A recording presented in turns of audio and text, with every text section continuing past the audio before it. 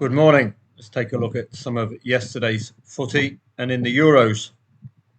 Must win for a few of these. Finland were looking very competitive with the Danes already qualified in that 2-2. Was that enough for the Finns? I don't think it was. They did require a win. Yes, they did require a win. So a pity there. Goal difference would have, I think, stopped them from grabbing the Dutch second place, despite the Dutch win. In the Veikkausliiga, Ilves underperforming, but another example for you of, and it seems to be a pattern, doesn't it? Particularly in these lower tiers, of locking in profit at the 1-1. At the equaliser, because it just seems to be, you saw with Start, that ended 1-1, if you were looking for the win in the match odds. Here, you could have taken out, I think, about a £19 green screen just for that 1-1. So that's something worth bearing in mind, because these kind of things happen. Penalties, own goals, red cards, anything that happens after this, and you haven't locked it in, you are vulnerable. But as soon as you've locked it in, and don't forget, as traders, we're looking for an odds movement. We've got the odds movement with the equaliser. So do consider in future whether you're going to stay for the profit, 85 quid in Spain under 21s, for example, or take a tolerable loss like you would have done in the Start match, or a full loss in this case if you hadn't negated SJK's liability at the 1-1. So a very good lesson. That penalty was not expected, and it did knock Ilves out of kilter. Talking of out of kilter, look at this lot. KUPS failing to score yet again. I did say lay the draw second half, and Marianham's goal was late enough that you would have actually made a profit cashing out straight away. If you stayed in for the 1-0, you'd have made a full profit, of course. KUPS are in an awful lot of trouble. Something is wrong with the champions. They are having trouble even scoring. Crazy stuff. HJK far too efficient, alas, scoring first. This one I should have played. But again, it's just trust issues. 2.55 the favourite in the Veikkausliiga. You wait till August, till April. You're going to be looking back on these quiet days and thanking your lucky stars, because it's going to be busy, busy, busy with high quality football. So we just have to grin and bear these and try to get some profitable trades out of them when we can. It does look as if a neutral avenue is the best, isn't it? Particularly for the obosligaen, and I've said this before. Look at this, 4, 5, 2, 4, 5, 4, 3 total goals. The match of interest yesterday, Odd Mjøndalen. Silly me, with Mjøndalen scoring 5 goals in the last 2 matches, and with Odd beating teams around Mjøndalen in the league, scoring 2+ goals. There was I thinking we were going to see that 1-1 end, but no. This was a disappointing one for me. I should have got involved. I was worried with these Lyn 0-1 defeats, but in-play stats, you were either with the in-play stats or you're with the pre-match research, and in this case, should have been with the in-play stats, which did suggest a Lyn equaliser, and indeed it came. You could have possibly played the 1-2 again, given they looked to be in a mood, Lyn at home. So that was one which went, I was stuck in two minds. Pre-match research suggesting Lyn lose 0-1, in-play stats suggesting they were up for the fight yesterday. But looking elsewhere, it is really a goals league, isn't it? The obosligaen, and that should be something we aim for. Lillestrøm yet again, a great example to you of what I was talking about, of cashing out. We've got 2 goals before halftime. We've got a lead. Lucky scored first for Asani, but his luck ran out as Diop and Carlsbach made it 2-1 by halftime. I did implore you to cash out at halftime. And there you go. You get that surprise late on. The great thing about trading is it's not about the outcome with trading. It's about what happens in between. So that's an important distinction to make, because this is a profitable trade. But if you were looking for a little strong win, well, you'd have missed that. You've got to get out at half time in these scenarios, always. Whenever you've got a side conceding first and leading by half time, take the hint, take the money and run to the hills. Today we've got Inter Turku against KTP. Now this is as obvious as the market suggests. We've got an unbeaten side in the Finnish Veikkausliiga. Don't forget yesterday KTP losing, KUPS losing, the league leaders. Trouble scoring. This lot can sniff first place into Turku with a win today. Look at the amount of matches they've played as well, only 10. This is an absolute ideal opportunity to go ahead and try to break the usual pairing up the top. Go top with a win today by 2 points with a game in hand over HJK, 2 games in hand over KUPS. This is just a gilt-edged opportunity. We should really be expecting a goal at least before half-time in Inter Turku matches as well. They do have a both teams to score pattern. They've got a very strong scoring record as well. KTP just look a little floundering.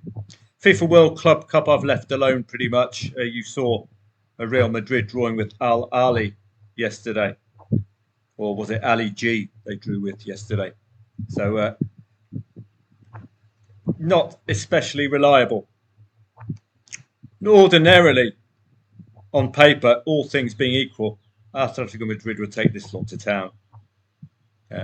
Similar, well, this is going to be a fascinating one with Inter Miami, Leo Messi et al. That could be well worth the watch. But from a trading perspective, not much going on. And that's it. Finished Veikkausliiga at 4 o'clock. It looks very, very readable. Looks like we've got a trustworthy home side.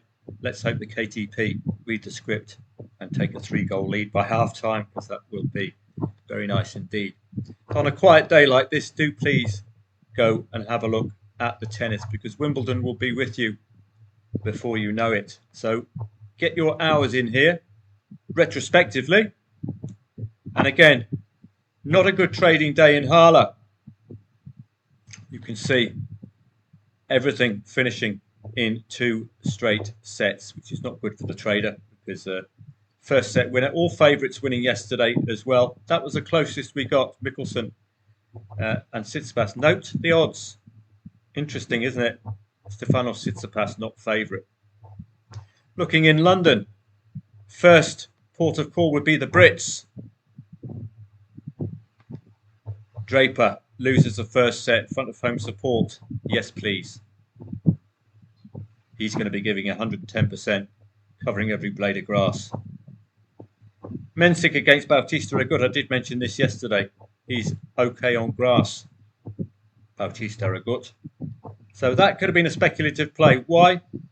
We've already got an odds-on favourite winning the first set rather comfortably. Those odds will be nice and short. You can take a speculative lead and look to see whether Bautista Agut has any interest in grass court tennis this season. He's normally very, very reliable. Nakashima against Danny Evans. Danny Evans, one of the lesser lights. He's Jack Draper, who everyone will be looking for at Wimbledon. Knocking on the door of the top 5. But you could, again, have speculatively laid Nakashima second set, given the fact it's a Brit. And he did give us a good run for our money, Danny Evans, didn't he? We've got Ronald McDonald winning the first set against Holger Rune. Boom, boom, Merry Christmas. That's exactly what you want. So, profitable trades all round yesterday. More speculative this one, based more on knowing Bautista Agut and the fact that he is a quality act. To be 2.75 is a bit laughable on grass for him. Ladies' game, again, you can see there's only 1 3-setter yesterday, and it didn't quite go the way of the market. The first set was won by the favourite in a tiebreaker, but the underdog fought back. So it was a different story, that one. So given the fact it's only into Turku at 4 o'clock today, because the Euros are taking a rest after the group stage, we can have a look at today's tennis. And again, let me just take you through. This is free, by the way, okay? This is free. I think I found Grok to be very useful for the tennis trading. I don't know if Elon Musk is into his tennis trading or not. So what I will do, try to find AI which has a screen print facility, a screenshot facility, because then you can tell him, look at these matches in Hala today. I did save a prompt. Let me see if I can find it. So here's my prompt from yesterday. It says, research ATP Hala singles matches for today. Provide me with strengths and weaknesses. Again, my K on my laptop doesn't function. Maybe it's a deliberate act, but I don't know. Rankings, form on today's surface and at today's venue, form overall, recent injuries, and anything else you can think of that is pertinent to finding the winner. Add to the research already done. Provide conclusions for your findings. A likely winner and the likely score. So go to deep research. That's the key to success. And leave it to it. Don't forget, this is completely and utterly free, which is remarkable. So I'll leave that one brewing in the background, and maybe I'll share that with you a little bit later. And we can look tomorrow to see how accurate that is. You can do the same with the ATP in London. You can take a screenshot, follow the prompt, research the ATP London singles matches for today, and provide me with strengths and weaknesses, rankings, form. Add to the research already done below, which will be your preview. So you're going to have to do a little bit of work and put the previews in. That's something I missed out on. So I'm going to leave the previews alone and see how Grok gets on its own. So please do use AI, particularly in sports you're not that good on and you want an opinion on. We've got these previews. Feed them in. Feed in the matches themselves.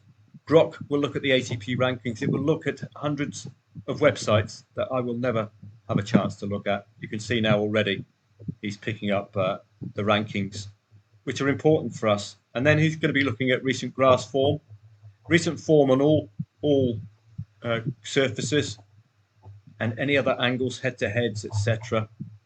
Any recent injuries. I don't know if I put that up. Yes, I did. Recent injuries, because that's key, isn't it?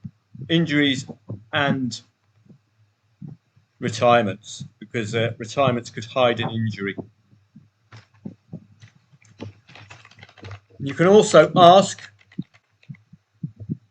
AI to flesh out for you. So, for example, ChatGPT.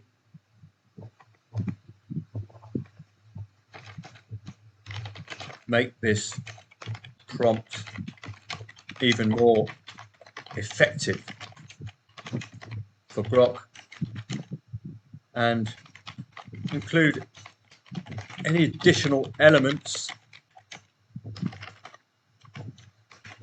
I may have missed.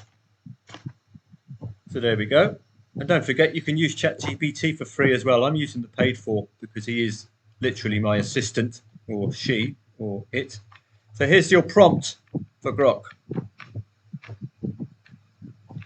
Bang. There we go. So you got your prompt, and off we go. So in a quiet day of football today, I thought I would just give you some ideas as to how you can use freely available AI to do a little bit of research for you. So 4 o'clock today, you'll probably be hearing from me. You can sort this out yourself, I'm sure, just a single match. We start going back with the Irish tomorrow, as far as the football is concerned. Let's move to Friday. Irish Premier Division, Irish First Division. An eminently tradable league, this one. I've been enjoying it, particularly Shamrock Rovers last week, coming from behind to get the win. Pretty much went exactly as I suggested. St. Pat's at home, 0-1 loss, but it was an insurance play, so you broke even on that. So 2 out of 2 the last time the Irish Premier Division was with us. St. Pat's are away from home here. They're ropey enough at home, only scoring a single goal, where normally they score 2, so they do look vulnerable at the moment. Sligo Rovers, bottom of the league, could be gettable as well. And in the Irish First Division, Wexford, strong Favs, Dundalk, top of the tree, and I think remaining unbeaten as well. So some readability. FIFA World Club Cuppers again. How do you trade this? 1.01. You've got to lay it really, but it's probably going to be 3-0 by half time, isn't it? So we've got to wait for Saturday. We'll see a return of the Euros, and we'll see just the one match in the Norwegian Elite Series. Maybe that's a remnant of the recent international break. Bodo Glimt, another extremely strong side. And the Obosligaen returns. This Saturday, maybe we try to crack the over 2.5 goal code. Rather than relying on these teams, we rely on their goals. That could be a good angle. For over 2.5 goals, I do look for goals before half time as a trading angle. So that would be my first protocol. Something for us to look forward to. And in tomorrow's e-letter, what am I going to discuss? Well, I'll be still looking at the tennis for you. And any other elements that come up. I haven't decided what's going to be in the e-letter tomorrow. If you've got any topics you want covered, maybe I'll have a look at a special AI edition of the e-letter. Particularly AI's focus on tennis. And before I go, let's have a look how Grok is getting on. 222 sources. Now, those of you decrying my use of AI, you expect me to look through 222 sources to come up with a research for you. Ain't going to happen, is it? So here we go. Detailed analysis for Hala. Strengths and weaknesses. Known for a strong serve, powerful forehand, catching off, powerful ground strokes with a good serve. Movement, lack of variety can be exploited on grass. So this is excellent. I don't know that much about tennis, so having these kind of strengths and weaknesses. Form on grass as well. You need to know that form on grass because it's like horses for courses. If you've got a horse on the all-weather, you'd like to see his all-weather form, wouldn't you? So I'll be looking at this with interest, maybe pass it on to you within the Telegram. So a quiet day today. Have a great day. Might see you at 4 o'clock, particularly if KTP decide to score first or if it's a draw at half time. Those would be the main angles. Have a great day.